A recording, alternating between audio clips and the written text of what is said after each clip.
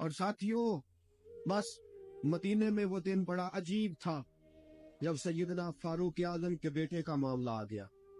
آج 60 سال کا بوڑھا عمر ابو شامہ حضرت عمر کے صاحبزادے یہودیوں نے سازش کر کے انہیں نبیذ پلا دی. نبیذ جائز تھی، نبیذ کیا کہ شراب پلا دی. پھر مقدمہ قائم ہوا. اب پتہ چلتا ہے عمر کتنا عدل کرتا ہے. سیدنا فاروق اعظم کے پاس گواہ آئے، صاحبزادہ اندر کھانا کھا رہا تھا. فاروق اعظم نے گریبان سے پکڑا، کھینچ کے لائے. فرمایا ابو شامہ چل، تو نے شراب پی ہے، تجھے کوڑے مارے جائیں گے، تیرے لیے 100 یا 80 کوڑوں کی سزا تیاری کر لے. ابو شامہ کہتے ہیں کہ ابا جی انہوں نے نبیذ کہی تھی، شراب پلا دی. فرمایا تو نے پی کیوں؟ تو نے پی کیوں؟ بڑے بزم میں بار شیر مسجد نبوی کا فاروق اعظم. اولاد تو بزدل کر دیتی ہے نا بندے کو، اولاد تو کمزور کر دیتی ہے. آج مدینے نے عجیب ماجرا دیکھا. حضرت فاروق اعظم کی زوجہ روتی ہوئی آئی، کہنے لگی حضرت جی میرا دست جگر ہے، ایک کوڑے کے بدلے پیدل حج کروں گی، ایک کوڑے کے بدلے صدقہ اور خیرات کروں گی.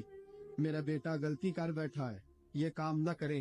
آپ نے فرمایا تو مجھے کہتی ہے میں یہ کام نہ کروں؟ تیرے ہاتھ اور تیرے کوڑے کیا کرتے؟ تیرے ہاتھ اور سب کے کیا کرتے ہیں؟ کوڑے لگانا میرے مصطفیٰ کی شریعت کا قانون ہے. تو بیٹے کی بات کرتی ہے، عمر کا اپنا معاملہ بھی ہوتا تو عمر یہی سلوک کرتا.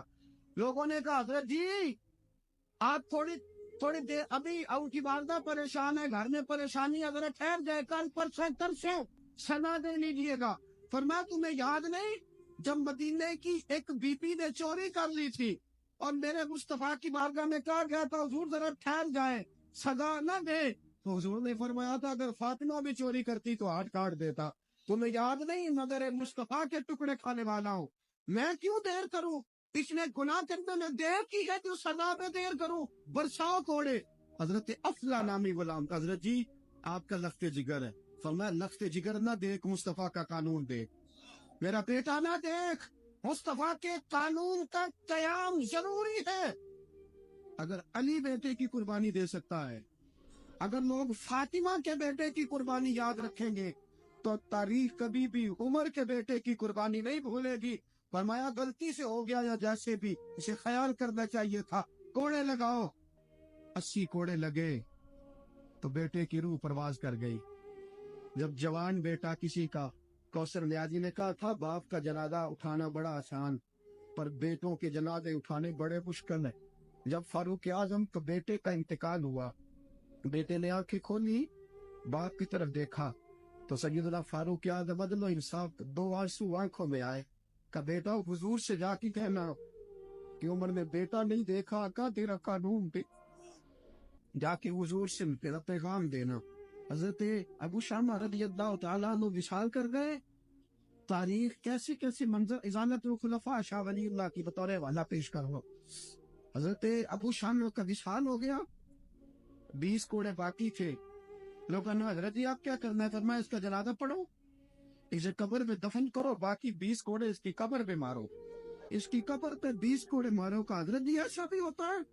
فرمایا اس لیے ایسا ہوتا ہے کہ یہ میرے مصطفیٰ کا قانون ہے، میری اولاد کا معاملہ ہے تو میں دارگزر کروں. فرمایا مارو کوڑے.